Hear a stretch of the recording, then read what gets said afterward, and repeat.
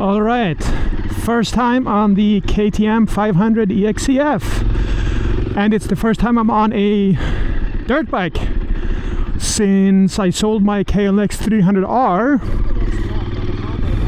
That's Google speaking in the background. Since I sold my KLX 300R about a year ago, and it's an interesting feeling.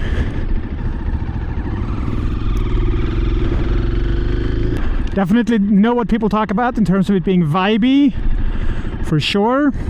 I can feel the brake, the front brake, feeling, you know, it doesn't bite so hard. Some people say that it's not strong enough, whatever. I don't think it's about that. I mean, you can obviously brake enough to.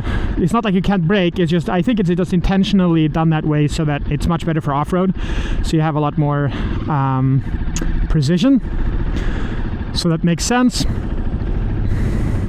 Seat is obviously not comfortable. I've already got a seat concept coming in the mail. And yeah, this is my first time ever riding a dirt bike on the street. I mean, it's street legal, obviously, but yeah, feels very different.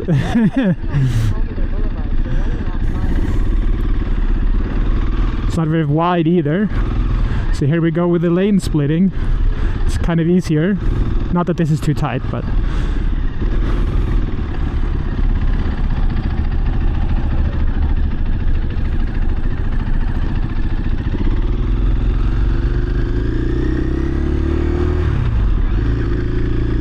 and I'm not used to the fact that I don't have a quick shifter. Aside from my, like I said, the KLX about a year ago, I've been on bikes with quick shifter since then.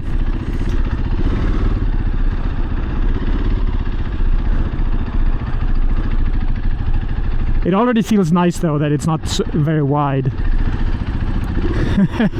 Lane splitting for the win. I can't really tell power-wise. I mean, it's because I'm not trying to do anything right now. You know, it's the break-in period and all that. But I was afraid of it might feel like very weak, just because compared to the 890, even though it's obviously lighter. But it doesn't really come across like that to me. I mean, a little bit, but I don't imagine power being any kind of problem off-road, obviously. But yeah, it is vibey. I don't care, I expected that, but I see why people do complain about that.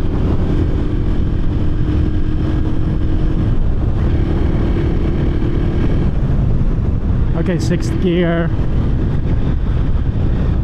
Yeah, definitely need to get used to it. Suspension feels very obviously different. Of course, I'm on the street, but yeah, I almost wish I had the KLX 300 just to compare, you know, side by side, how they feel. But yeah, this is a very interesting experience. Going back to the dirt bike, or a dirt bike, after all the time, about a year, just doing adventure bikes. I'm not going to be able to off-road it until maybe this weekend, but even that may not happen because I don't have, you know, I have something else going on with a dirt bike, different dirt bike. Just doing like a tour on the weekend, and I'm not gonna have time to do everything I want to do with the bike. So we'll see. I just need to get the run-in or the engine break-in happening, so I can do my first oil change, and so that I can stop being sort of careful about RPMs. It's got the TKC 80s on them, stock tires. Haven't run those off-road. I know it's the classic popular sort of dual sport / adventure bike tire, but falling out of favor a little bit, I think mostly because they don't last long on the street. But I'm not going to be riding this much on the street, aside from just getting some miles up for the break-in, so I don't care so much about that. So we'll see. I'll have to figure out whether to keep the TKC 80s or switch to something else at some point, but it'll be good enough for now. Definitely switching out these handguards to wraparounds. I've got the bark busters on the way. Very different feeling, I have to say. Stock pegs aren't too bad, it seems. I mean, not that they're super awesome necessarily, but they're not tiny. Like on the KLX 300, the stock pegs were extremely small. One of those things that every reviewer complained about. I'm sure I'm going to change the pegs on this one, but they're pretty decent. They seem to have somewhat decent grip, and they seem reasonably large. So I just accidentally upshifted there without clutching because I'm so used to a quick shifter. Okay, I'm in second gear now, as if I'm starting from scratch. Yeah, okay. I definitely agree. Like, people say that this lugs pretty well. You know, it's not that sensitive at low RPM, and that seems to be the case. I can definitely imagine feeling really good about this one in terms of technical terrain. I can't even see the speedometer because there's a cable in the way. Okay, we're at 70 now. Yeah, definitely vibey. Certainly, like once you got to like 60, 65, the vibiness really started kicking up. So absolutely not ideal for highway riding, but hey, not why I got it, so that's fine. Definitely staying in the right lane here. I don't want to be flying around in the left lane.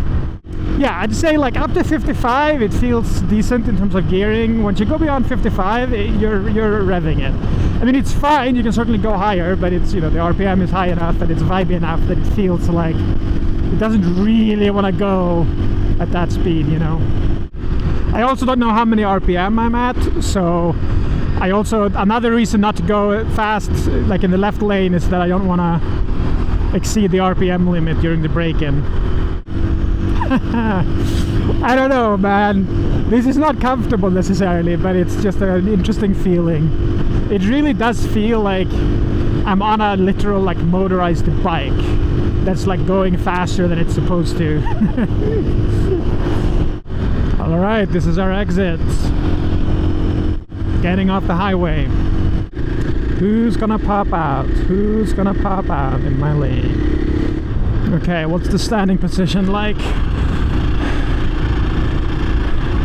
Yeah.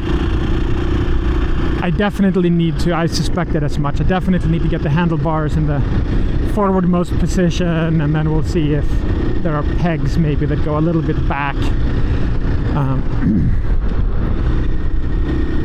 This is the same as on the 890 and other bikes. I often feel like the handlebars are just too far back relative to the foot pegs, which I don't like for being sort of an off-roady attack position. Yeah, it's definitely has that feeling of just being too cramped standing. But that's fixable, and I fully expected that to be a thing. Definitely feeling the vibiness in my hands, starting to be a little bit like, not numb, but like I'm starting to feel something is starting to happen. Yeah, it definitely feels thin, which is nice. Alright, I'm gonna have to leave this one at home for now. Need to go and get work done. It's early morning here, and we'll see when I get the first opportunity to actually off-road it.